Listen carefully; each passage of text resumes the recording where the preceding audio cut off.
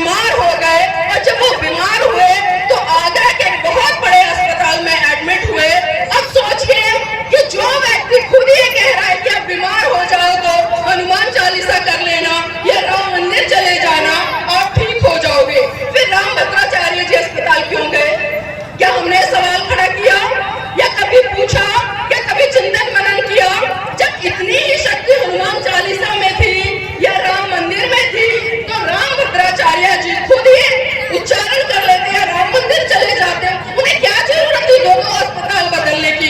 क्योंकि वो भी अच्छी तरह से जानते हैं कि यहाँ पर चमत्कारों से कोई काम होने वाला नहीं है। न कोई राम जी ठीक करेंगे उन्हें, न कोई हनुमान चालीसा ठीक करेगी।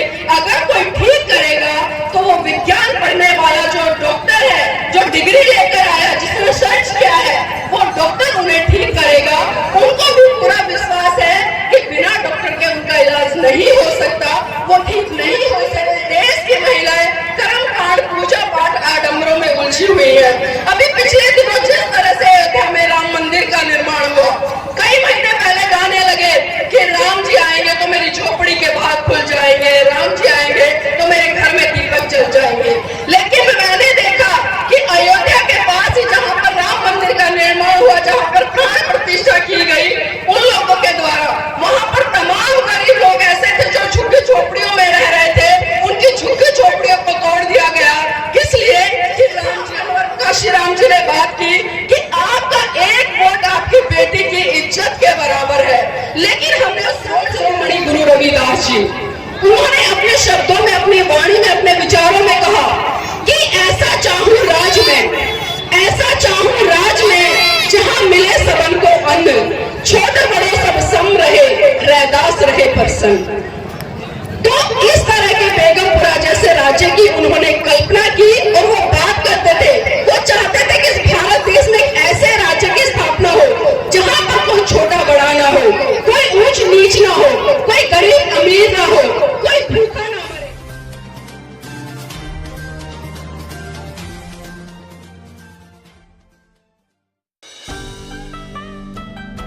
सर्वप्रथम महाकारुणिक तथागत बुद्ध को अपनी संकल्पनाओं के सुमन अर्पित करते हुए समस्त भारतीय नारी के मुक्तिदाता, बहुजनों के मुक्तिदाता, दुनिया का सूरज, ज्ञान का प्रतीक, संविधान के रचयिता ब्रह्म पूज्य बाबा साहब को सत नमन करते हुए बहुजनों को भारत में सत्ता के गलियारों तक ले जाने वाले महामान्यवर काशी राम जी को नमन करते हुए इस देश से पाखंडवाद को अपनी जूती की नोक से धराशायी करने वाले पेरियार जी को नमन करते हुए अपनी 20 बीघे जमीन को बेचकर सच्ची रामायण का इतिहास रचने वाले ललई सिंह यादव जी को नमन करते हुए इस देश में शिक्षा की अलग जगाने वाली राष्ट्रमाता सावित्री बाई फुले और ज्योतिबा फुले जी को नमन करते हुए और इस देश में एक अच्छे संत की उपाधि प्राप्त करने वाले संत शिरोमणि गुरु रविदास जी को सत नमन करते हुए और आज इस मंच के माध्यम से तमाम यहाँ पर उपस्थित मेरे पिता तुल्य भाई बहन और मेरी मातृशक्ति के रूप में मेरी बहनों, आप सभी को मेरा क्रांतिकारी जय भीम, नमो बुद्धाय। जय भीम। ये आजमगढ़ की धरती है और मैं मानती हूँ कि इस आजमगढ़ की धरती का खून इतना गर्म है, कम से कम अगर यहाँ से जय भीम का उद्घोष हो तो वो दिल्ली तक पहुंचे। तो देखती हूँ मेरी आवाज में ज्यादा दम है या आपकी में। जय भीम, जय भीम, जय जय जय जय जय भीम। बहुत खूब दिखा दिया आपने, वास्तव में आप आजमगढ़ के लोग हो और आपकी रगों में महान पुरुषों का खून दौड़ता है। साथियों, मैं शुरुआत करूंगी आज उस वाणी से, क्योंकि आज जिस महामानव की हम जयंती मना रहे हैं, संत शिरोमणि गुरु रविदास जी, उन्होंने अपने शब्दों में, अपनी वाणी में, अपने विचारों में कहा कि ऐसा चाहूं राज में, ऐसा चाहूं राज में जहां मिले सबन को अन्न, छोटे बड़े सब सम रहे, रैदास रहे प्रसन्न। तो इस तरह के बेगमपुरा जैसे राज्य की उन्होंने कल्पना की और वो बात करते थे, वो चाहते थे कि इस भारत देश में एक ऐसे राज्य की स्थापना हो जहां पर कोई छोटा बड़ा ना हो, कोई ऊंच नीच ना हो, कोई गरीब अमीर ना हो, कोई भूखा ना मरे, सबके वस्त्र शरीर पर वस्त्र रहे। मतलब एक तरह से एक ऐसा राज्य जहां पर सबको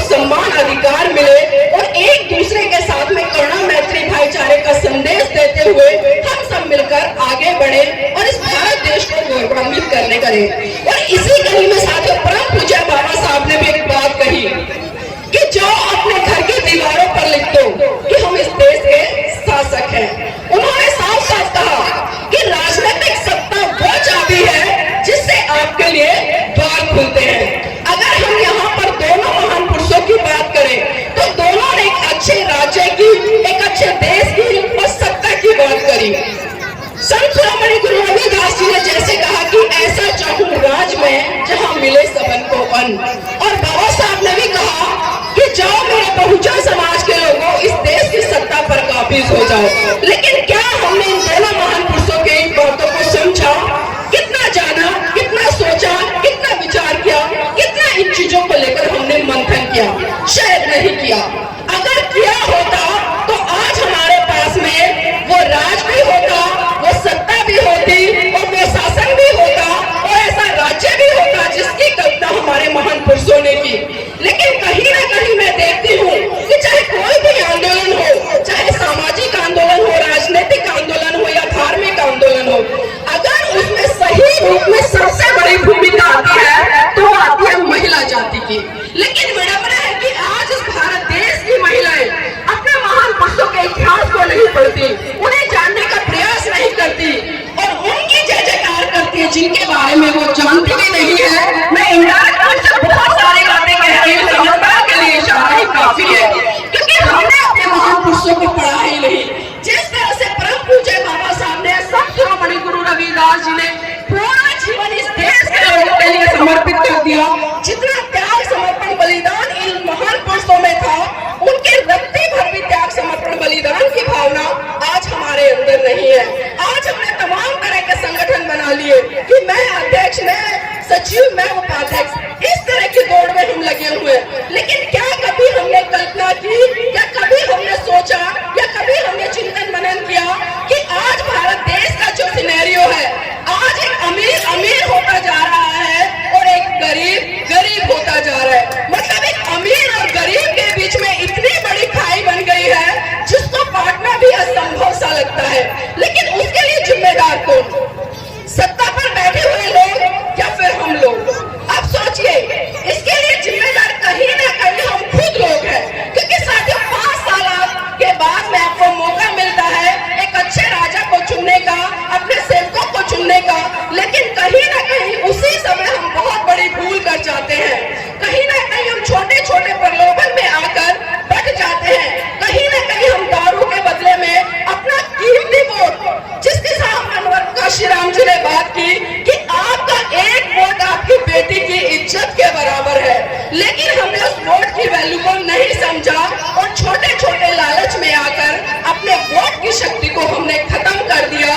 और उसी का नतीजा रहा कि आज मनुवादी व्यवस्था के लोग मात्र 15-16% होकर इस 85% पर राज कर रहे हैं। और राज ही नहीं कर रहे हैं बल्कि लगातार इसका शोषण कर रहे हैं, इसके ऊपर अत्याचार हो रहे हैं। आज आपके पास में कुछ नहीं है।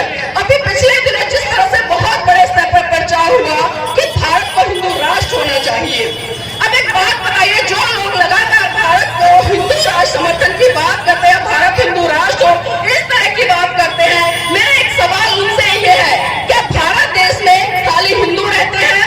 भारत देश में मेरे साथियों हिंदू भी रहते हैं, मुस्लिम भी रहते हैं, बौद्ध भी रहते हैं, जैन भी रहते हैं, ईसाई भी रहते हैं। इस देश में हर धर्म को मानने वाले लोग रहते हैं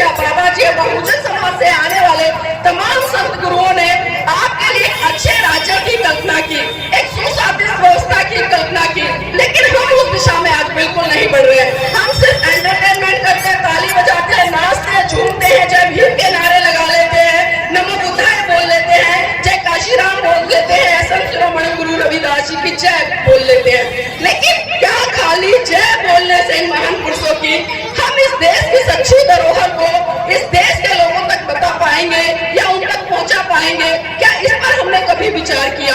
साथियों, बहुत ज्यादा एक तरह से मैं कहूंगी कि इस देश में डरावना माहौल बना हुआ है, लेकिन हमें जरूरत उस माहौल को समझने की।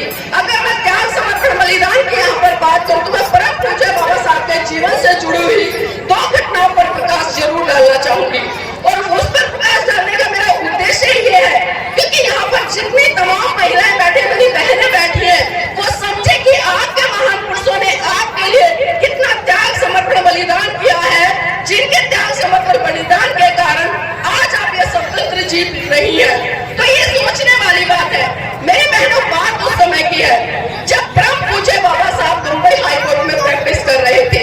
उनके पास अचानक खबर पहुंची कि साहब आपका बेटा राजरतन बहुत बुरी तरह से बीमार है और अपने जीवन की अंतिम सांसें ले रहा है। ये बात सुनकर परम पूज्य बाबा साहब तुरंत घर दौड़े आए और जैसे ही उन्होंने अपने बेटे राजरतन को गोद में उठाया, राजरतन ने बाबा साहब की गोद में ही दम तोड़ दिया। ये मंजर देखकर माता रमाबाई बिलख बिलख कर रोने लगी और साहब का कोलर पकड़कर कहने लगी कि साहब बस कीजिए, बस कीजिए साहब, बस कीजिए। आपके समाज सेवा के भूत ने एक एक करके मेरा पूरा परिवार उजाड़ दिया, साहब बस कीजिए। तो बाबा साहब कहते हैं कि रमा, रमा चुप हो जा, रमा चुप हो जा, तू तो रो भी सकती है, लेकिन मेरी तो आंखों के आंसू ही सूख चुके हैं क्योंकि प्रतिदिन मैं अपने समाज के हजारों बच्चों को मरते हुए देखता हूँ। रमा चुप हो जाओ।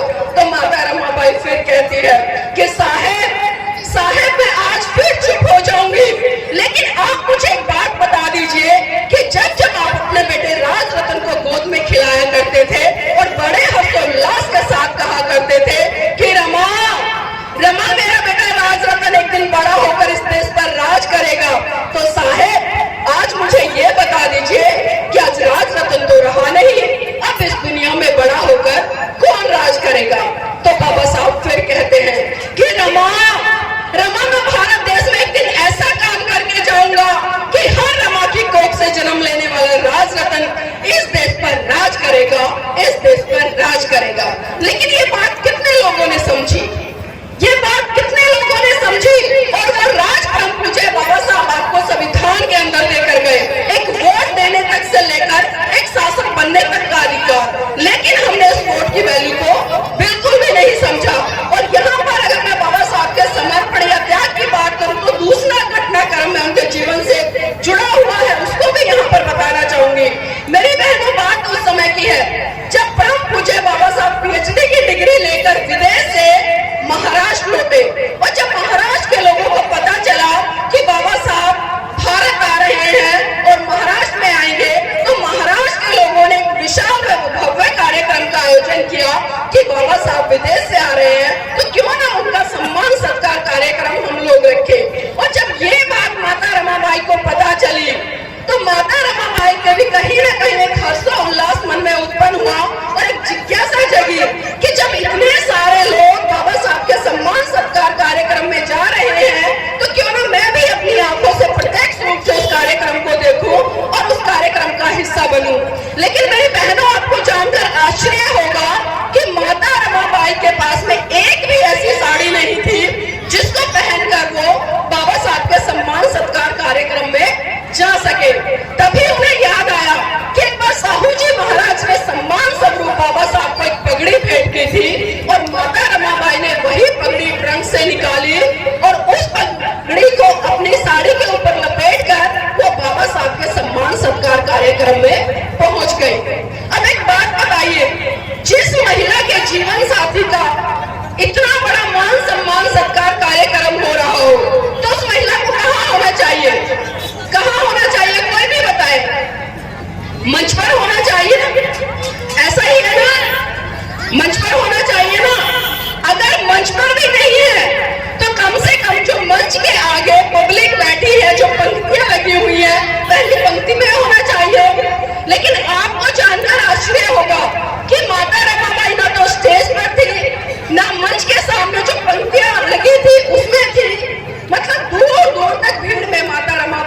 नजर नहीं आ रही थी। बाबा साहब भी कहीं ना कहीं आस लगाकर, एक टकटकी लगाकर, एक उम्मीद लगाकर भीड़ में माता रमाबाई को निहार रहे थे, लेकिन दूर दूर तक माता रमाबाई उन्हें दिखाई नहीं दी। तो अचानक बाबा साहब की नजर भीड़ के पीछे एक पेड़ था और उस पेड़ के पीछे एक महिला खड़ी थी जो चुपके से बाबा साहब को दूर से निहार रही थी। बाबा साहब बिना कुछ कहे समझ गए कि वो भीड़ के पीछे जो पेड़ है और उस पेड़ के पीछे जो महिला खड़ी है वो कोई और नहीं बल्कि वो मेरी जीवन संगनी रमाबाई है। बाबा साहब का जैसे ही भाषण खत्म हुआ, बाबा साहब भीड़ को चीरते हुए सीधा माता रमाबाई के पास पहुंचे और उनका हाथ पकड़कर बोले कि रमा, ऐसा नहीं है कि मैं तेरा श्रृंगार नहीं कर सकता, रमा ऐसा नहीं है कि मैं तुझे आभूषणों से नहीं लाद सकता, रमा ऐसा नहीं है कि मैं तेरा सत्कार नहीं कर सकता, रमा ऐसा नहीं है कि मैं तुझे एक से बढ़कर एक साड़ी नहीं पहना सकता, लेकिन रमा जितनी जिम्मेदारी मेरी तेरे प्रति है उससे कहीं ज्यादा जिम्मेदारी मेरी इस भारत देश की प्रत्येक महिला के प्रति है जिसको शरीर ढकने के लिए आज वस्त्र तक नहीं मिलते। तो सोचिए मेरे बहनों, जिस माता रमाबाई ने अपने जीवन में कभी भी अच्छी साड़ी नहीं पहनी और उन्हीं माता रमाबाई के त्याग समर्पण बलिदान के कारण आज आप 100 रुपए से लेकर 1 लाख रुपए तक की साड़ियां पहन रही है, ये देन सिर्फ और सिर्फ माता रमाबाई की है। तो मैं नतमस्तक करती हूँ ऐसी महिला को जिसने अपना पूरा जीवन अपने पति को आगे बढ़ाने के लिए लगा दिया, इस समाज के लिए लगा दिया। मैं कहती हूँ जिस दिन मेरे समाज की बहनें, इस भारत देश की बहनें माता रमाबाई के जीवन का 10% भी जी लेंगी ना, तो मैं गारंटी के साथ यहाँ पर कह रही हूँ उस दिन इस भारत देश में एक नहीं बल्कि हजारों की संख्या में अम्बेडकर पैदा हो जाएंगे। लेकिन जरूरत है हमें माता रमाबाई बनने की। यहाँ पर बहुत सारी बहनें आई हुई है, मैं बहुत समय से यहाँ बैठी हूँ, मैं कुछ चिंतन मनन कर रही थी देखकर, क्योंकि साथियों हम बात करते हैं समानता की, बड़ी बड़ी बातें कर लेते हैं मंचों से, लेकिन क्या व्यवहारिकता में हमारे में समानता है, ये चीज हमारी तब सामने आती है जब हम इस तरह के कार्यक्रमों में जाते हैं और हम देखते हैं। एक सवाल है मेरा आप सबसे, यहाँ पर जितने भी लोग उपस्थित हैं, चाहे बहनें हैं या भाई हैं, कितने लोग बाबा साहब को अपना अनुयायी मानते हैं? एक बार हाथ खड़ा कर लीजिए।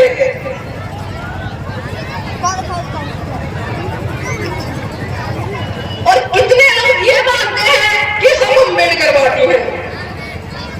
मैंने अनुयायी और अम्बेडकरवादी 2 शब्द यहाँ पर इस्तेमाल किए हैं, तो सोच समझकर जवाब दीजिएगा। अब एक दूसरा सवाल है, कितने लोग यहाँ पर ऐसे हैं जो बौद्ध हैं?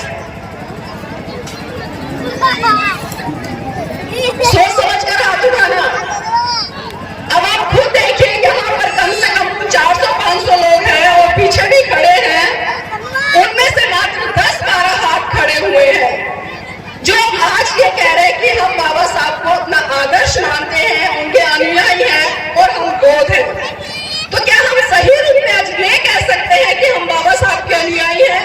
क्योंकि साथियों बाबा साहब ने आपको एक ऐसा धर्म दिया जो आपको वैज्ञानिकता के आधार पर तर्क की कसौटी पर खड़ा उतर के आपको आगे बढ़ने के लिए प्रेरित करता है। वो कभी चमत्कार की बात नहीं करता, वो आडंबरों की बात नहीं करता, वो रीति रिवाजों की बात नहीं करता, वो रूढ़िवादी परंपराओं की बात नहीं करता, बल्कि वो मनुष्य होने पर गर्व महसूस कराता है। लेकिन हमने बाबा साहब की इस बात को बिल्कुल भी नहीं समझा।